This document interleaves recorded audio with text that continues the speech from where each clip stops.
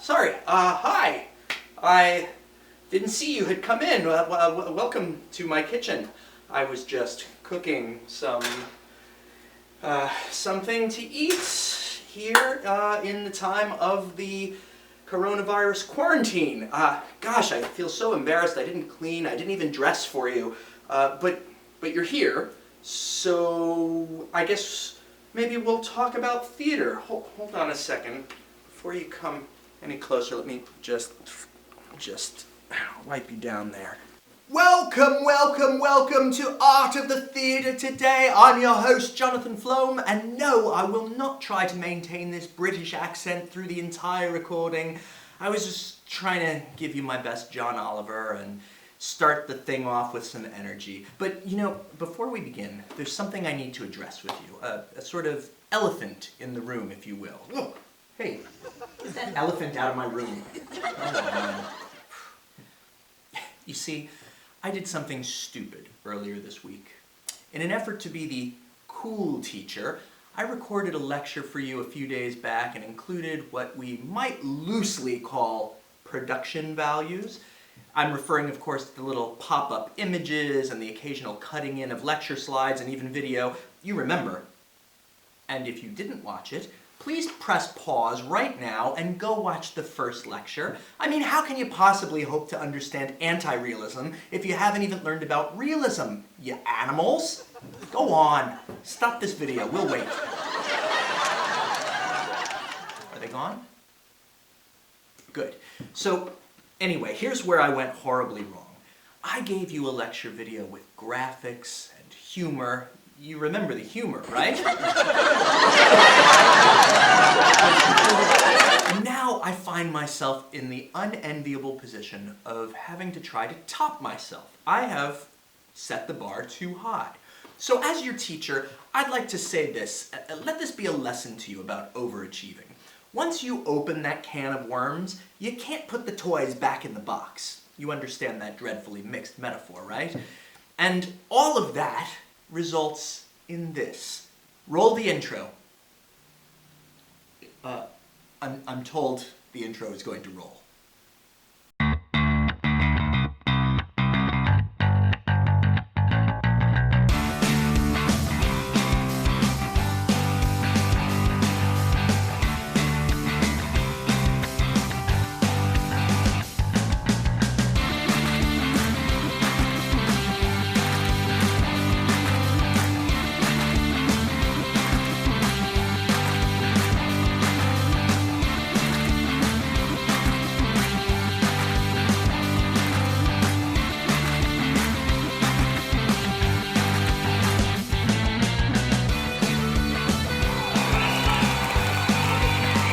Welcome back. Nice to have you in my living room again. You notice the upgrade of the backdrop so we can share graphics. Whoa! How cool.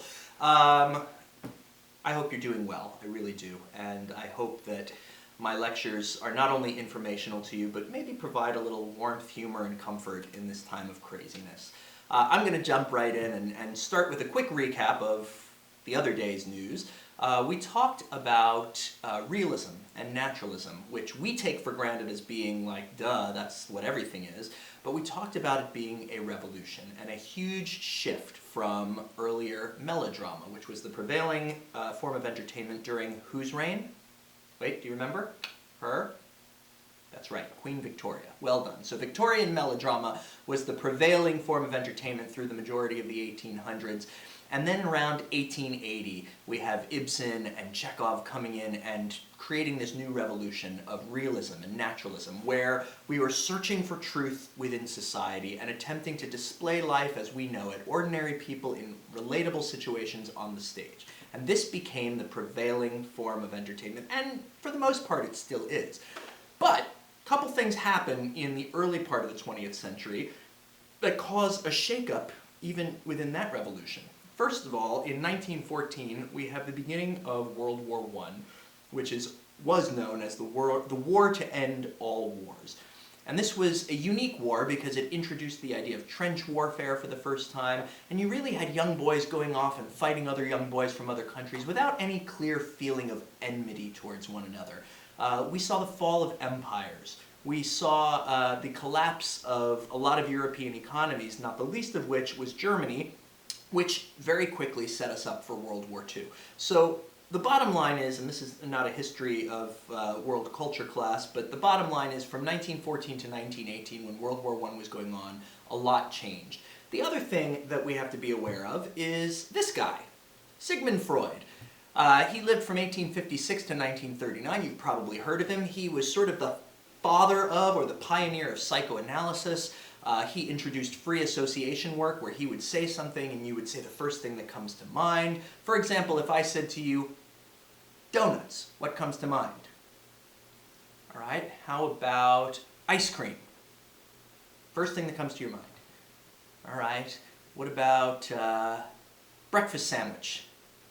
Oh gosh, I think I might be really hungry. Anyway, we'll come back to that. Free association. That was a Sigmund Freud thing. He also talked about dreams as wish fulfillments, and he really started to do the first deep analysis of people's dreams and what they mean.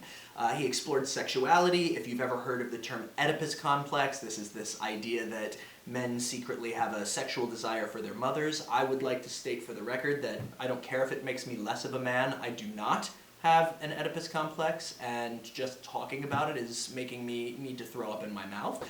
But apparently that's a thing.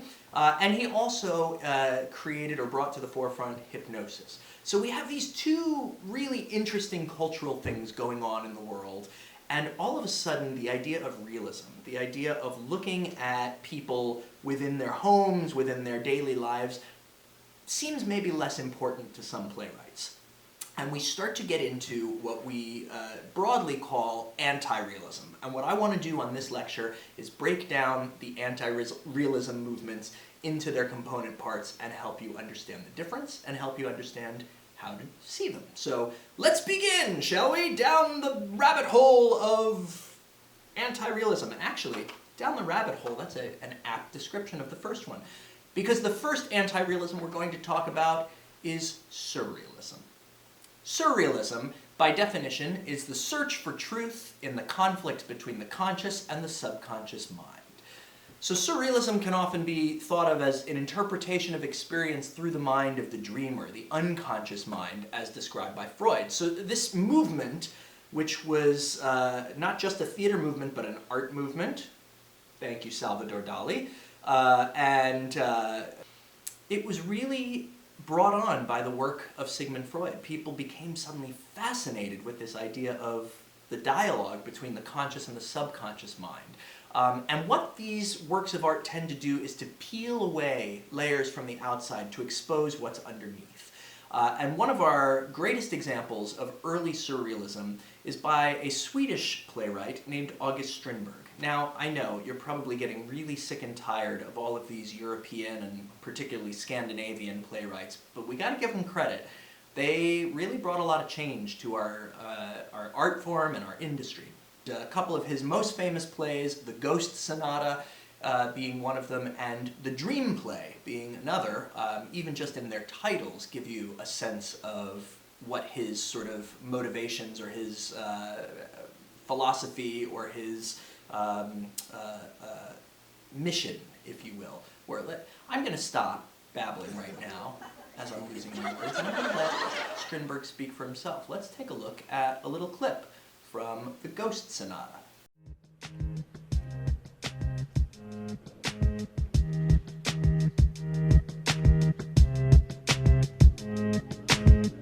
Oh, look, there's the Colonel.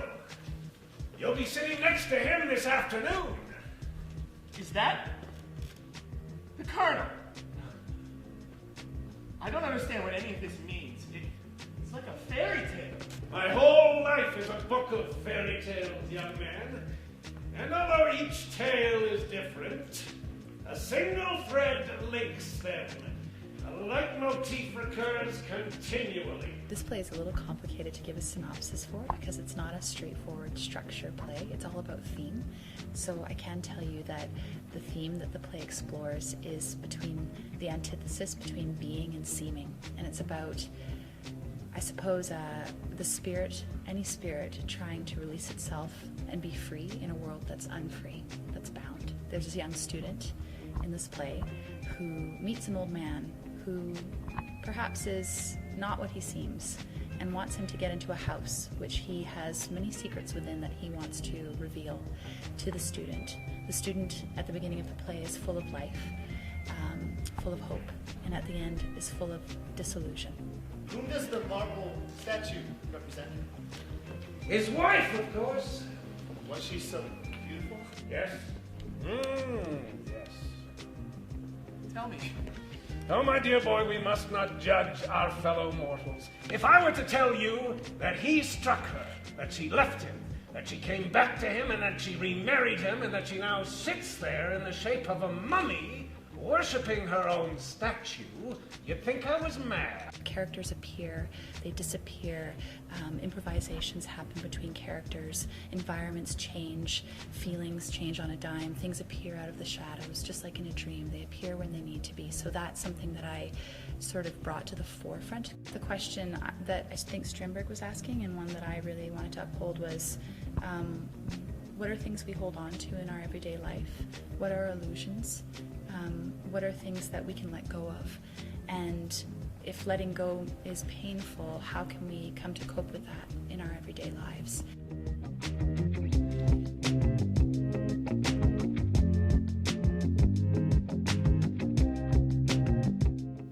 Now, when this little segment began on surrealism, I made a joke about going down the rabbit hole.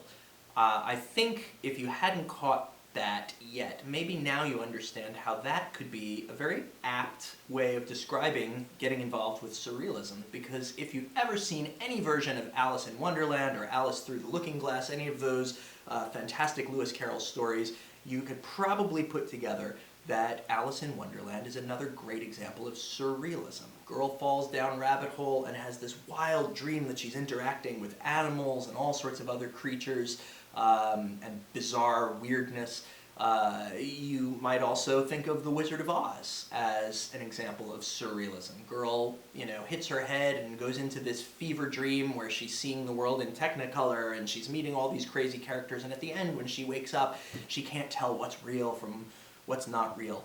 There's one other example I want to offer you, and it's by a playwright we've spoken of a little bit before. His name is Simon Stevens. I shared some video clips of him talking when we talked about playwrights. He's one of my absolute favorite playwrights, and he wrote a play called Three Kingdoms, which I had the great fortune of seeing when I was in London with students quite a few years ago. And Three Kingdoms is a story about two English detectives who start following the trail of a murder case that leads them to Germany, to exposing this underground pornography ring, which is somehow tied up in the murder, and eventually it leads them into Estonia, where they get involved with infiltrating the Estonian mafia. Hence the title, Three Kingdoms. You have England, Germany, and Estonia. The play was written by an English writer, Simon Stevens. It was directed by a German, and it was originally produced by an Estonian theater company. So it really embodied the truth of the idea of Three Kingdoms. And the play itself becomes a bit of a fever dream for our main character, our main detective, as he gets deeper and deeper into this and starts losing sleep and stops being able to distinguish truth from his subconscious. Let's take a look at a trailer clip from Three Kingdoms by Simon Stevens. 3 days ago, a sports bag washed up on the west bank of the Chiswick Ear, just south of Chiswick Market. At exactly that point, the most remarkable things wash up. Dead dogs, babies, pushchairs, shopping trolleys, motorbikes. But because of what was in the bag, the police were called. I don't know what I'm meant to have done! Have a look.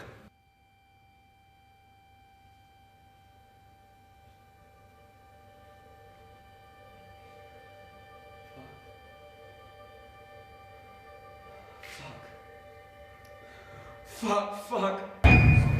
Oh fuck, shit, that's fucking... Oh, that's horrible, that's sick. Oh, please, fuck no. You didn't need to do what you did to her. I figured out what the white bird is and not who he is. Alison Artnum. That's not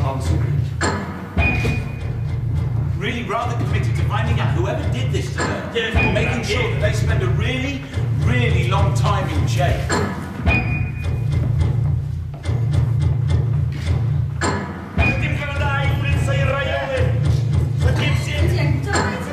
don't know what you're talking about, then. Look, you're really starting to scare me. When was the last time we made a film? Joke. When was the last time we made a fake game?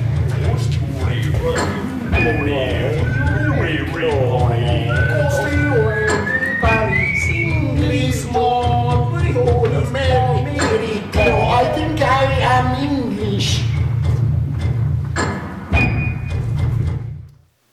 So that's surrealism, right? Surrealism, playwrights I want you to know, August Strindberg, Swedish guy who wrote Dream Play and Ghost Sonata, Simon Stevens, his Three Kingdoms play is an example of surrealism. We talked about The Wizard of Oz, and we even talked about Alice in Wonderland. So on your final exam, when asked to describe surrealism or to give some examples of surrealistic playwrights or plays, there's the information for you. I have one more thing to say about surrealism, and it's from our Johnny on the street. Johnny, what do you got? I'd say this is pretty fucking surreal. Thanks, Johnny. Moving on. Our next ism that we're going to explore is called expressionism. And you may have heard this term before as well, but let's kind of break it down and tell you what expressionism is. Expressionism is the search for truth in a distorted or mechanized society. It's essentially the attempt to dramatize subjective states through the use of distortion, striking imagery, and unrealistic dialogue. That's a lot of words to parse through, but let me give it to you simply. In expressionism theater, the stories are told through the eyes of the protagonist, and the rest of the world is distorted to reflect his or her experience, right? So we often see in expressionism man versus machine, such as the classic Fritz Lang film Metropolis.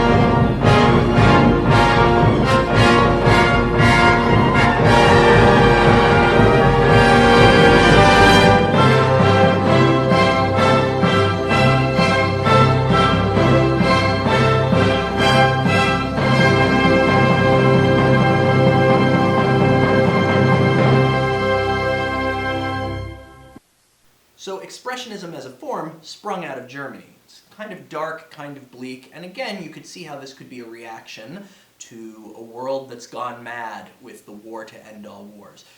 Some of the trappings of expressionism in theater tend to be characters that are very sort of robotic. In fact, we have a play that we're going to look at a clip from in just a moment called Machinal, which, if you look at the title, Machinal, you see machine. It was a react to the machinery. Society was becoming more and more industrialized, and playwrights had varying views, from grim to really effing dark and apocalyptic, on how they were responding to this. And so in these expressionistic plays, you had generally one character who was the protagonist or the central character, who was sort of seeing life as what they considered normal, and all the characters around them were gross exaggerations. The first example that we're actually going to look at from the theater is a play called The Adding Machine by Elmer Rice. And The Adding Machine is interesting because you have a man whose career is accounting. He's a CPA, so he crunches numbers and works on a calculator all the time. And so everything in the world becomes mechanized. And all of his friends, all of his colleagues and coworkers are named by numbers. Mr. and Mrs. 1, Mr. and Mrs. 2, Mr. and Mrs. 3. And of course, our protagonist is named Mr. 0. And that's how he sees himself. The world is big and bad and scary and unruly, and so scenery tends to be giant in order to dwarf him. And again, the audience is seeing the world through his point of view. Now, the interesting thing about performing in expressionistic theater is that if you are an actor and you've studied your Stanislavski or your Meisner technique, that realistic acting and living truthfully under imaginary circumstances, if you're playing Mr. 0 or the main character in any of these expressionistic plays, all of that applies. You live truthfully under the imaginary circumstances, and you live and react as though these things are actually happening.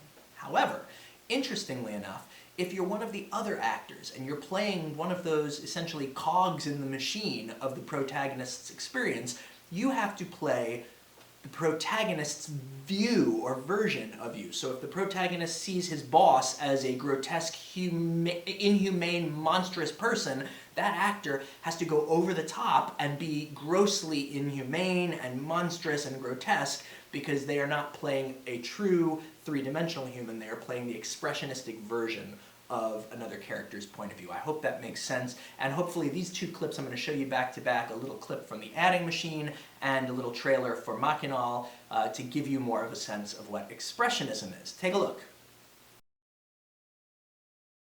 The Adding Machine by Elmer Rice was written in 1923. It's expressionistic theater, which means that it's rooted in the story of one central character. The idea was exploring race, religion, and other ideas such as reincarnation, adding it to this idea that it's one specific character's point of view, and taking the audience on a journey that's a little more heightened than reality.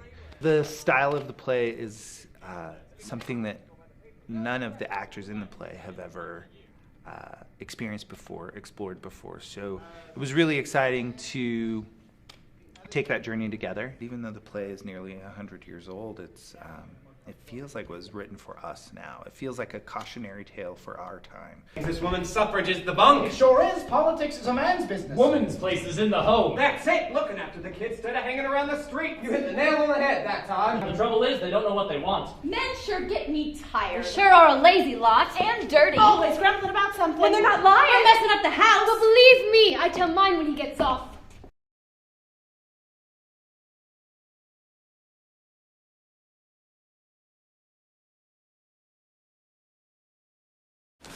Where are you going?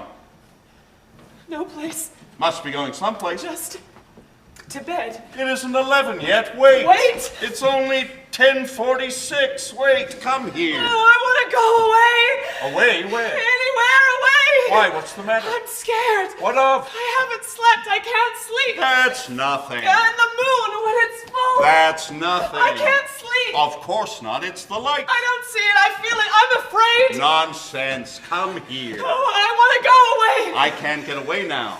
Alone. You've never been away alone. I know. What would you do? Maybe sleep. Now, you wait. Wait. We'll take a trip. We'll go to Europe. I'll get my watch. I'll get my Swiss watch. I've always wanted a Swiss watch that I bought right there. Isn't that funny? Wait. Wait. Great. So again, Expressionism is searching for truth in a distorted, mechanized society. And Johnny on the spot, I'm told in my invisible imaginary earbud from my imaginary producers that Johnny on the spot has a word to say about expressionism. We'll throw it to you, Johnny. I'd say this is pretty fucking expressionistic. Before we continue, it seems appropriate that we have a word from our sponsors. So, who are our sponsors today? Our sponsors are the makers of this candlestick.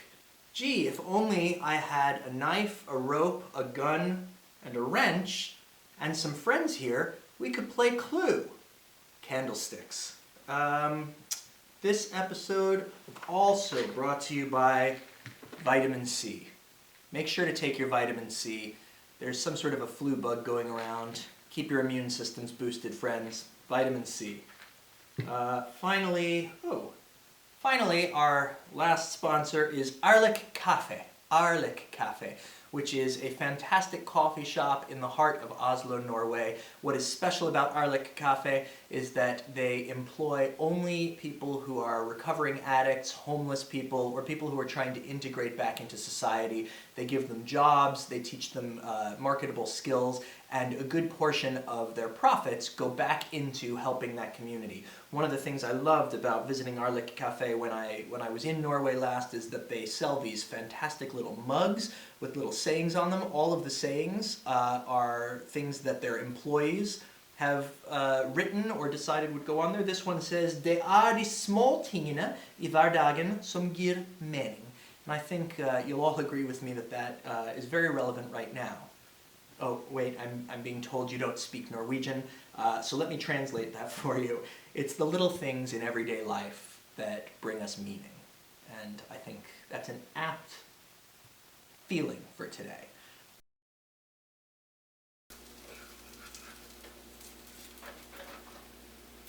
Hey, you're still here? You know what? Here's a term you ought to know from the theater. Union break. It's time for my union break. Can a guy eat his egg and cheese sandwich in peace? Come back tomorrow. Get out of my kitchen. Union break.